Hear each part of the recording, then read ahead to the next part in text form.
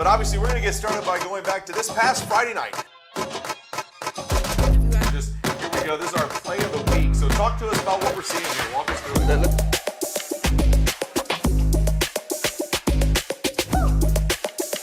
The Rattlers punt to the Hornets down 16-13.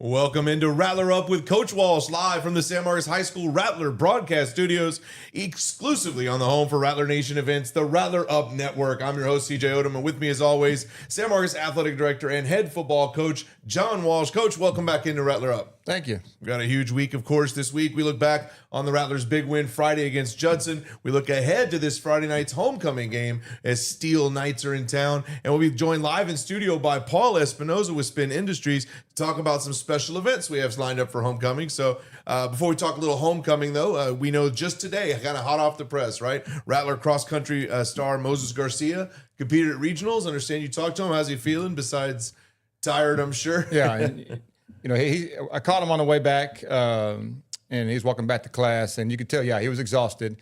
And I think when you get to the regionals or a state competition for the first time, and you're in a sport that's that you got to put a lot of energy to and to compete, there's a lot of mental energy too. So you can just tell the season was over. He was exhausted. Like, well, he talked about that on the show, right? That they both did the mental piece. Yeah, no doubt. And I saw it in him, and he didn't finish where he wanted to, but I loved his response. You know, he said he got a good experience, knows what he did wrong, and is already talking about going to work, getting there next year, and competing and finishing better. Well, yeah, we talked about it both on air and off air. The attitude that team had was so fantastic. So really excited, proud of Moses for doing that at regionals. So congratulations to him. And Coach, homecoming actually got underway a little earlier than normal. The parade was before the game this past Saturday, and so we know that. You were telling me off air, just lined with people everywhere, all 2-3 turns, people walking one side to the other, watch it twice. How was that for your team and for the boys? Yeah, it was great. I'm not a parade guy. I don't get excited about parades. I don't even watch parades on Thanksgiving morning on TV. But once we got out there and I saw all the programs with their floats, making it special, saw them, grabbing the candy. We got there early, had an hour and a half wait, so everybody got together to make a big TikTok, and we had a good time as an athletic family. And there were some other clubs there as well, and of course the royalty for the homecoming. Right. But yeah, it was. Do want to thank the police officers and everything they brought out. I mean, they brought out SWAT cars. If you ever see the cars they brought out, go somewhere else. Stuff's about to happen because they had things out there that scared me. But yeah, no, it was a great showing. And then once the parade started, I didn't know it was going to be populated like it was populated. And man, it did. We went. It wasn't a long trip around the square, but it was. They had a good route, and it was lined up 2 or 3 deep all the way around. It was a good deal for our kids. And I know the adults liked it too. Well, and it certainly sets us up well for homecoming this Friday night, and just 2 games left in district. And we're going to talk football in a while here, but tell us a little bit about the mental preparation. We've talked a lot about the mental game and keeping guys focused. Obviously, you want your guys focused on the next game. The only thing they worry about is Steele Knights Friday night. But you got me calling and texting, hey, what about this playoff mathematical stat thing? And you're pushing me and trying to get me to shut up about that. But how do you get the kids focused and not thinking about playoff berths and tiebreakers and focusing on next game? It's a great question, and I think it's been a process from day one. In the here and now is not just a catchy slogan. It's what we tried to live all year long and did a really good job of it. I tell the boys all the time, we better be right by Halloween. And Halloween's next week? Because after that, you don't have time to get playoff ready. You have to be playoff ready by Halloween. And, I really think that we've been in complete focus since Saturday of we were good last week, but Saturday was different. I don't know what was different about it, but you can see a glow. Monday's meetings and Monday's practice, the normal grind kind of feel was not there. It felt like we were in the playoffs already. And I think it's just a tribute to the coaches each week keeping it like it needed to be, focus on that week. And now they know because everything's coming easy to them now. Like if we were making different calls on offense or defense, it took all week to get there, to get it to the field. It's there right now. So I think they feel programmed, and they know the prize. I mean, they know there's only, when you say there's 2 games left, they feel that. Right. They're guaranteed 2 more games, and then once you get in the playoffs, it's win or go home, and nobody wants to go home. It's a very focused team. We're a talented team, but they are keeping it here and now, and the outside noise, we really haven't just listened to it. And I think what happened at East Central, people want to not talk about it, but that's part of the process why I think you have to go through different things. Right. And if you handle those different things the right way, you're much better. You don't want to go through bad, but if you handle the bad right, then you come out way better than you were before. Well, we've talked about before where you don't want your first adversity to be in a playoff round. No, not at all. You're not used to how to handle that. And so if East Central is some adversity, if some close calls are adversity, this is the time to deal with them, correct? Yeah, absolutely. And I'm really proud of how our guys had just taken the learn. I'm proud of our coaches for taking a learning moment and making it a real life lesson, and for the kids to be really listening and being very coachable. Really pleased with the last week. And I think it showed in how we play the game Friday night against Judson. Well, speaking of Friday night, let's take a look back and check in on the Rattlers versus the Rockets this past Friday night in Converse. Now, the game started with the Rattlers finding themselves down a few players, so the first half was going to be key to the effort in this one. The Rattlers were up to the task, though, as they got on the board first with a 4-yard touchdown rush from Justin Tardy to go up 7-0. Judson would answer with a rushing touchdown of their own, but San Marcos kept it going with a 53-yard touchdown pass from Buck Stein to Jordan Lampkin to go up 14-7. However, in the second quarter, Judson added a touchdown and a field goal, and they took the 17-14 lead into the half. However, that would be the last points the Rockets would score the rest of the night, as the full Rattler team emerged from the halftime locker room, and the defense pitched another shutout while the offense took control of the ball for long, minutes-eating drives, adding a Stein 2-yard touchdown run and a Justin Tardy 1-yard run to guide the Rattlers to a 27-17 victory to move to the Rattlers the 3-1 in district play with 2 games remaining. So, Coach, we'll get into the details here in a minute, but how you must be happy with how their team responded and what kind of became a very must-win game. Yeah, absolutely. And when listening to you give the recap, the most proud I am of that whole game is we had 8 sophomores holding the rope out there. And I'm not usually the golden rule is for every sophomore you play on the varsity, count that as a loss. You want to be senior and junior heavy. So to look out there and watch 8 sophomores, because we had 7 out, to watch 8 sophomores the first half just play their tails off. A lot of those sophomores play already, but a lot of them haven't played at all in real snaps. So I really enjoyed the first half. I knew if there weren't some crazy big plays and we kept that thing close, that we would shut them out the second half. Coming in 17-14. No worries. Fits right into what you were wanting. Yeah, we wanted to keep the game close. We knew our defense was going to shut them out the second half. And really, offensively, we were fine. We only had 3 drives, and we scored 2 of them in the first half. So felt really confident going into half 17-14, but was really, really proud of 8 sophomores that probably should be playing JV, but they're good. Now, is there a recognition from the other players? Those juniors and seniors come back out. Do they recognize what the sophomores did for them? You heard it the whole first half. You heard them, they did a good job of coaching on the sideline and being positive on the sideline. And I could hear them calling the names out, like Caden Joseph. And guys that Caden Thornton, who hardly ever plays on a down because he plays behind Isaiah Diggy Red, so he was out there and I think throwing up and still playing because he was so excited about getting out there and left it all on the field and kept it and did their job. Their job was get us to the half close. We'll take care of business. That's awesome. So, you talked about the only having those 3 drives. The offense puts up 329 total yards, but really clock management became huge. You dominated the time of possession battle. How important was it to maintain that pace for this game? Yeah, and the guys who are on defense, like Diggy and Red, who were just coming in, they didn't like it because they only played about 12 plays the second half, the whole game. Right. But there were 2 things that felt like championship offense production. One is the third down, our conversions. If you're good on conversion downs, you can win big playoff games. Josh Washlosik mentioned the big 4th down. Buck was scrambling, found Shy down the field, and that continued to drive to turn into points. But there's one later in the game in the 4th quarter. It's 3rd and long, and they're playing press man, and Hank just runs a perfect wide side of the field, 14 backyard comeback. The ball's in the air before Hank gets out, and it's just a bang play, and that's championship football. Right. It looked like it's just a throw and a catch by most people, but on a conversion down, that's huge. And then the next thing was in the years that, in my experience as an offensive play caller, when you're going to win big, you can go on 10 play plus drives. We went on a 19 play drive. They killed 9 minutes, almost 10 minutes. Right? Yeah. So 19 play drive is going to win you most ball games. Right. And so now defense, the shutout, like you said, was huge. How impressed were you with the way they were able to step up? I guess kind of cold. We saw them come out and warm up during the half, which normally they're not warming up. They had to. Yep. Had that play on them mentally. You said they were frustrated not play as many plays, but there didn't seem to be any drop off. No. Play one, they were ready to go. They had their minds right. There was no pouting. There wasn't. They had dealt with it already, throughout the week. So they were geared up. They knew they were only getting 2 quarters. And the film study showed if you're a professional football coach at the high school level and you watch the video of their offense versus our defense, they weren't going to score if they went for 4 quarters. Right.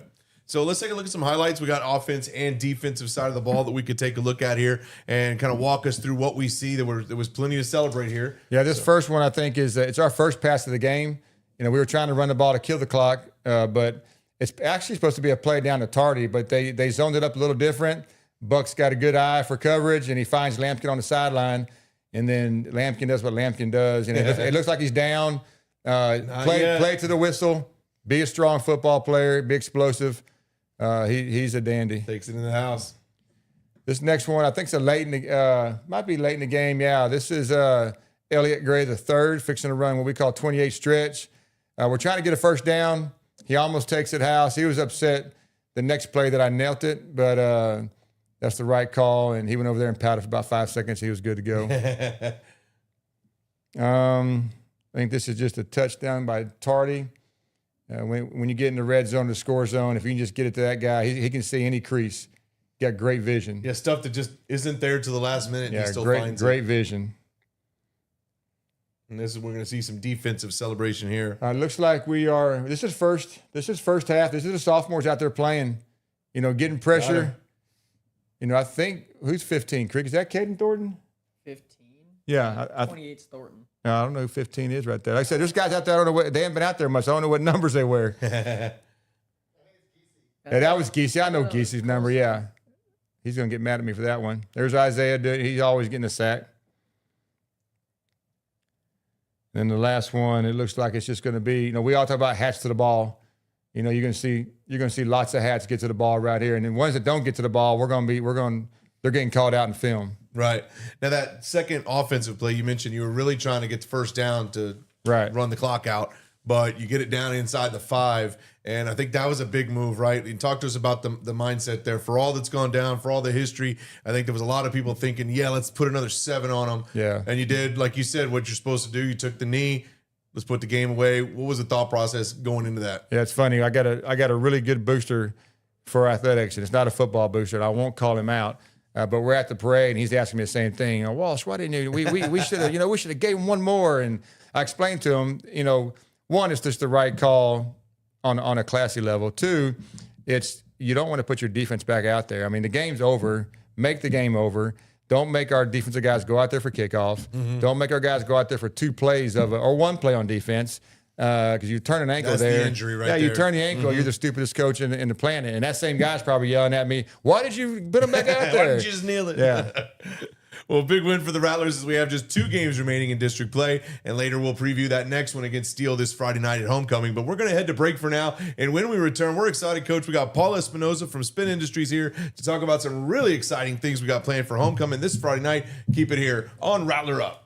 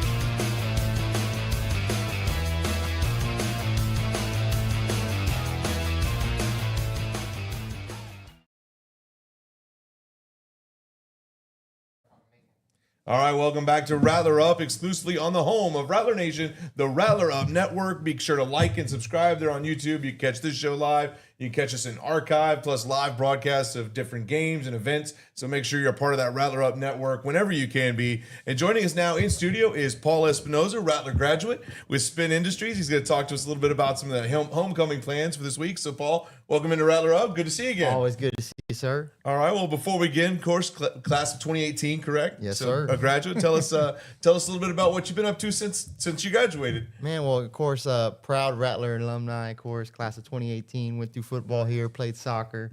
A great community, great school to go through, and of course, it's built me to the person I am today.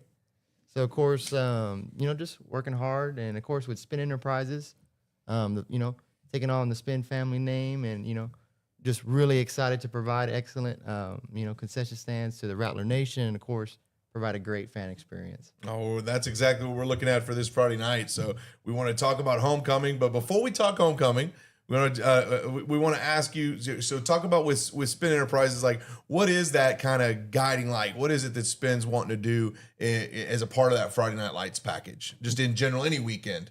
Got you. So any weekend, Friday Night Lights is a big deal, not just for football, but for the band, the ROTC, our students, our athletes, and most importantly, the community that supports our students and athletes. And we want to not only just help with concession stands, but we want to be a little bit more than that. It's giving back to the Rattler Nation, having that fan experience of, hey, let's get behind, let's support our students, and just enjoying good moments and making good moments. Right. Now we've got something, lots of fun stuff planned for this homecoming, right, Coach? You were telling us. I think we need to get started about 3:30 for the 7:30 kickoff, is what it kind of sounds like, right? If you're gonna do it the right way. If you're going to be at Toyota Rattler Stadium, which you should be this Friday night, you best get there early. You're going to miss a lot of great fun stuff. So we talk to us a little bit about some of the special things we've got planned for this Friday. Got you. So this Friday we got over 2,000 Thundersticks, so it's going to be loud, and we're just so excited to pass those out before the game. So before the gates open, we'll be passing them out to the fans, of course. Mm-hmm. We are going to have a Spin booth, so we're excited to see that. It's going to be located next to Gate 1 by the home concession stand, of course. Okay. And then we're going to be also passing out different spirit items, so clappers, necklaces, pom-poms, so you name it. It's going to be purpled up in there. So plenty of purple. Wear your purple. Pick up your purple from them. Coach, talk to us a little bit about, or one of you talk to us a little bit about the entrance. We're even coming in different Friday night, right? Yeah, we're not going to talk about that. That's a secret. Okay, well, never mind. Friday should be totally normal with the entrance. So tell us a little bit about, when the Thundersticks come together. What is it for you as a graduate? What does that mean when you get the group together and things are happening? What is it like for you as a graduate, thinking back to your day, seeing a packed stadium like that again? Just going back to, of course, my time playing, at the football level here, just running out of that tunnel, knowing that you have a community behind you, and just that feeling that special moment that it's so hard to replicate, and just to run out there with your brothers and to see your your friends, your family out there supporting you, cheering you, win or loss, it means the world to you. So what have you thought about this year's team? Man, I got 2 words for it: Rattler up. So I like it. I'm excited for them. We're proud of them. That's the boys handled a lot of adversity, and we were just so proud of day in, day out. They resemble this community and that fighting, Purple Thunder spirit. I think like I said, the attendance at the homecoming parade shows that. You got a community that's really excited, really to back us up here. So, Paul, before we let you go, anytime the athletes are on, we always let them send some shout outs. And so I could think of 2 shout outs that you best do. And if you have some more, go right ahead. But before we let you go, you got a chance to throw some shout outs back home here. Go ahead. Okay, well, I'm going to shout out, of course, Mom and Dad, the whole Those are the 2 I thought better happened. And then, of course, the Spin crew. And then lastly, everybody that's coming together to put this event together. I know Constable David Peterson's going to be out there with us to help pass out this stuff. And we're just so excited to get back to the community and have a great moment for our student and athletes. Well, Coach, we've talked before about on a typical Friday Night Lights, it's people don't realize it is literally in the hundreds, right, the number of students that are either playing the game, doing the athletic training, cheering, dancing, marching, performing, parking, and that's just multiplied out when the community's bringing their hundreds to put something like that as well, right? Yeah, I know that. If everybody knew the logistics of the Friday night experience, and then, like you said, to me, I love the fans, I love everybody who comes, but those students that make that thing it's entertainment, right? I mean, it's from the players to the band to the everybody Paul said. To me, I mean, it's the best. It's the best, the cheapest, most bang for your buck entertainment you can get out there. And if you miss out, then shame on you. But I do want to mention this. Paul gave a shout out to Rudy and Becky, and when I first arrived in San Marcos, I was instructed by my boss to go meet one person first, and it was Rudy.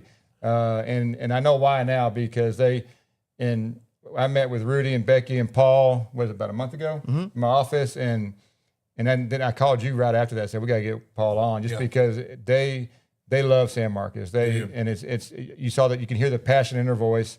And nothing's phony, and so we appreciate your family. Yeah, I've had an opportunity to work with them as a teacher, as an assistant principal, as a CTE director, as a community member, as they're coming, just helping me personally. Yeah, no doubt. So I love the Espinosa family, and thank you guys for all you're doing. Always. So thanks for being in on Rattler Up. Can't wait to see you on Friday. So Friday night, 7:30 kickoff, Toyota Rattler Stadium. The Rockets versus the Steele Knights versus the Rattlers, and homecoming is going to be huge. You got to be a part of that. So we're going to hit a commercial break, and when we return, we're going to rapid fire. This time I'm in the hot seat for week 2. All that and more. Keep it here on Rattler Up.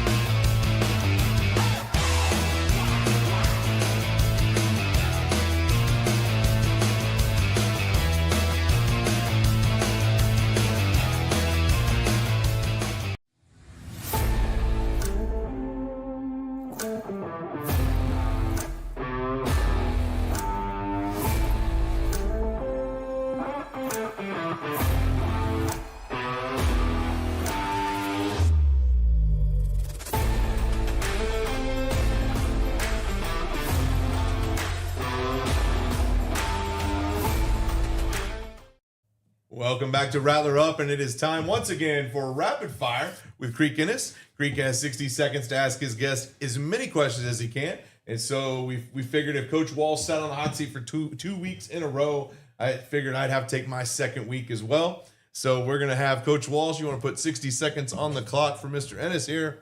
Ruh-roh. And then stopwatch. Let's go. Let's go.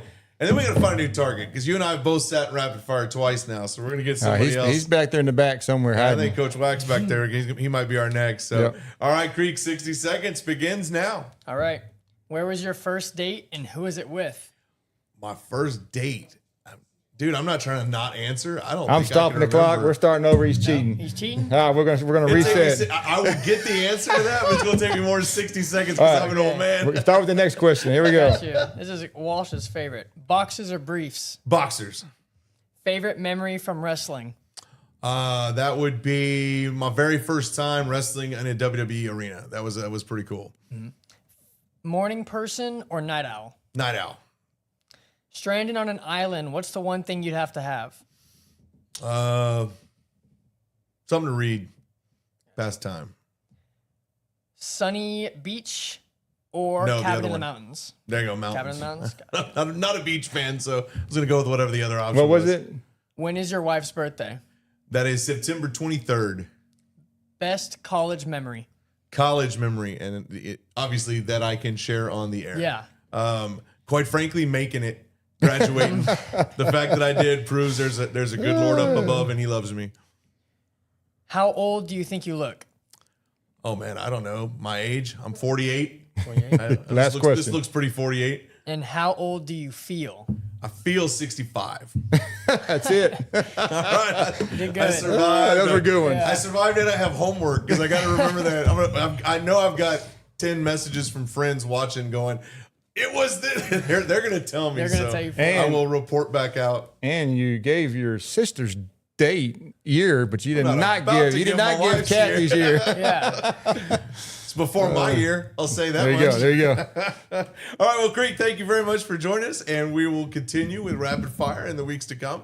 So right now, we want to look ahead to this Friday night as the Rattlers will be on the road for our district matchup against the Steele Knights. So Steele is 6-1 overall. They are 3-0 in district, with their one loss coming to Westlake in their final pre-district matchup. In district, they've beaten Clemens, East Central, and Judson, scoring either 48 or 49 points each time. So, Coach, before we get to the specifics of this matchup, let's talk about the build-up to this game, in that we know this was the type of game that you've been needing to prepare for, right? Right. So much of your strategy around scheduling and practice has been a part of a game like this, correct? Yeah, absolutely. You know, we're here. We're exactly where we wanted to be when we started the season. I told the team after the game,